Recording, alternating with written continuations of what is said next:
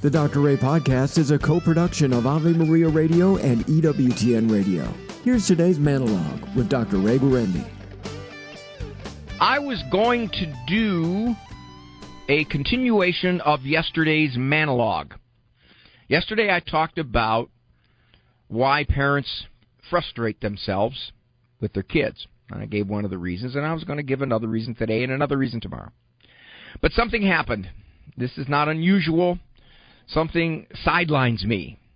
Piece of information I picked up. I was listening to a very popular radio program. And I am so glad, I am so glad that more and more people are beginning to recognize this. It is becoming higher profile. It's great, wonderful. I've talked at length on this program about the dangers, the soul misshaping, the personality alterations of smartphones and social media, and all of the accoutrements that go with it, especially on teenage girls. Teenage girls are very sociable. They also hit a period in their lives when the emotions are starting to be fluctuating wildly. So they are, in many respects, more vulnerable than teenage boys to social media. Teenage boys tend to look up gameplays and Madden football and getting better at certain types of games against their friends, whereas teenage girls are much more attracted to the social aspects. Just recently, and I don't know the details of this survey, it is distressing, it is not surprising to me. It was a massive survey. Teenage girls, I don't know the age range, I don't know the details, I just heard the general results. Within the last year, 57% of teenage girls admitted to being periods of prolonged unhappiness or discontent or sadness. 57%.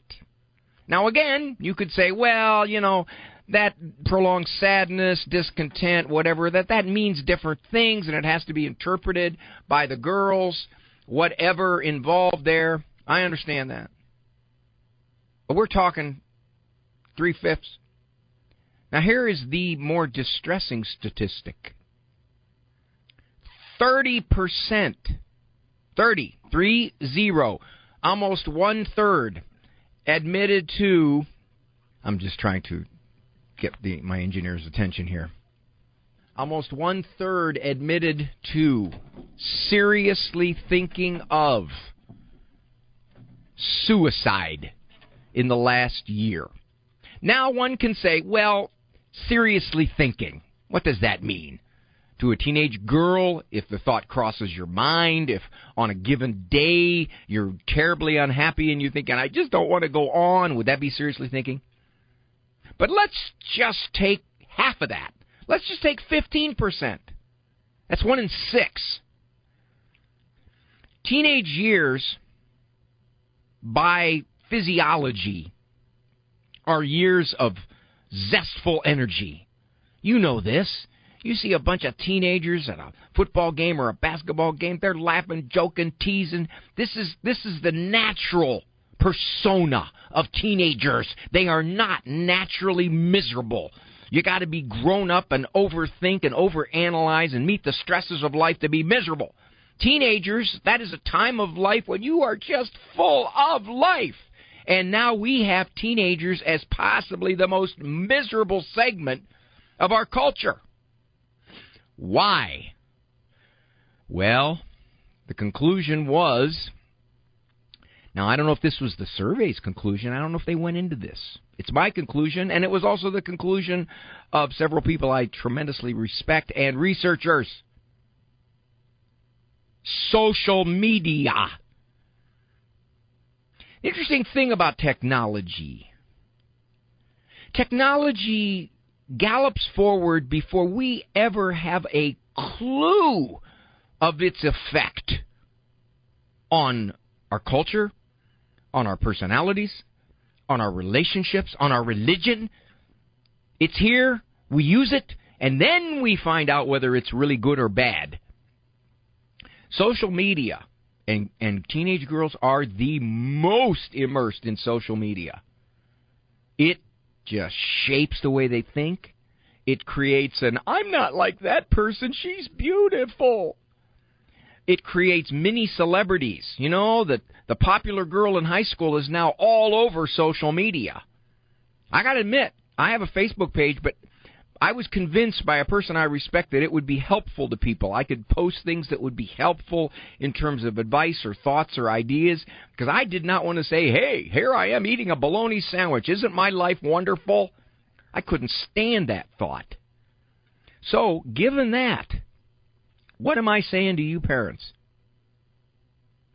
Well, if you've listened to this program at all, and this is very true in my office as well, you don't have to be a bad parent to have your kid get misshaped by social media and smartphones. Not at all. It's happening all over the place. Interestingly enough, these statistics have gotten worse and worse and worse since they started keeping them. And they plummeted off a cliff once. Over 50%, according to a researcher named Gene Twenge, over 50% of kids had smartphones. Now, what do you do about this? Dr. Ray, what do we do? What do we do? Our kids already have one. I got a question for you. If your kid was smoking dope, would you say, yeah, I know, but he's been smoking it for like a year. I don't know. Would you do that? If something is harmful to your child in your judgment, what are you going to do about it? Are you going to limit it? I mean, that's one. Here's my suggestion for those of you who are raising children who are younger. Delay it. Delay it. 16, 17. But Dr. Ray, this is how they contact their friends. You're not going to have a social isolate because they can't jump onto social media. You have to weigh the goods and the bads, the pros and the cons. You got something that can so dramatically shape your kid. And by the way, social media is godless. So if you want your kid to keep the faith, the worst thing you can do is put them on social media. Understandably. And it also is at the very forefront of the transgender confusion out there. So, am I fired up about this? You are darn right I'm fired up about this. I'm just watching it destroy our kids. Those of you with the guts and the strength to say, this is not going to happen to my kid, do it. But Dr. Ray, the results, I mean, the misery and the sadness and the resentment and the struggle, yes, you'll probably get that. But you're going to get less of it if you don't introduce it in the first place. If you try to back off on it once you've introduced it for 3 years, which many of you have and you know who you are, yeah, you're going to run into trouble. You're going to run into major resistance like you never saw from your kid. But here's part of the problem.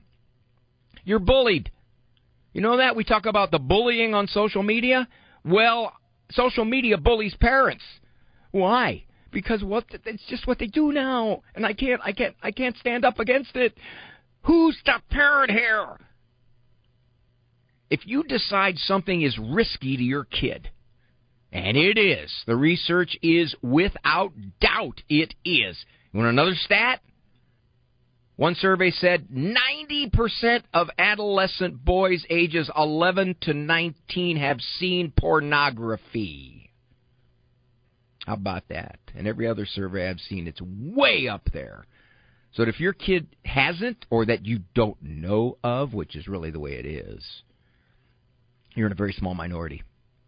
And people listening to this program, you know you want to raise a kid very different from the culture. You're not satisfied to let your kid go along the cultural flow. You want to raise a God-seeking kid. So if you do, then you're going to have to resist that culture, because that culture is heading in a direction that is designed to confuse your kid. It is designed to make your kid feel miserable. It's designed to make your kid be unhappy at a time when they should be most happy. So, for what it's worth, at the very least, delay. Put certain types of protections on there that cannot be gotten around. Kids are smarter than you are. You know that. They'll get around it. Or they'll use other kids' phones. But you got to delay it. You've got to delay it. You have no other option. I've got adult children that are too focused on social media. They are! Way too much time they spend on social media as adults. Part of the reason why so many people, in so many ways, have poor social relationships or marriages that wives call in and say, I can't get my husband off of the phone. I can't get my husband off of his games. I can't get my husband off of the computer. Sure. So, that's your duty. It's your job. Now, what do you do if it's already happened? Well, now you're going to have to sit down if you're married with your spouse and get on the same page and decide what you're actually going to do about it. If you've decided your kid is going down a road that is risky, do you let him keep going down that road simply because you're afraid to confront it? Or do you say, well, if I make my moves now, it's going to be ugly. If I don't make my moves now, it's probably going to get more ugly. Sometimes life just comes down to choices, neither of which are real good, but one is less bad. More of Dr. Ray's Monologues can be found on his website, drray.com. Monologues as well as full-length programs of The Doctor Is In can be heard at AveMariaRadio.net and EWTN.com/radio.